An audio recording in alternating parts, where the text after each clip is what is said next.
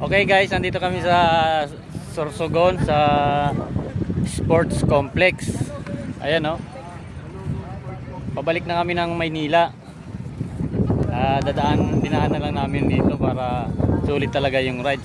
Pakita namin yung view dito sa Sports Complex na tinatawag nila. Ayan oh, napakaganda oh. Ayan. Puntahan natin to yung ito yung Leon na lagi nilang pinupuntahan. Nakikita ko lang to sa sa Facebook. May mga pumupunta dito na nagpo-post. Pero ngayon makikita na natin ang personal. Ayan. Ay, Kita niyo pag ano yun yan.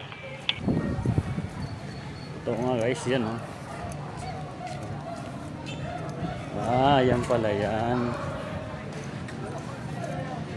Ayun.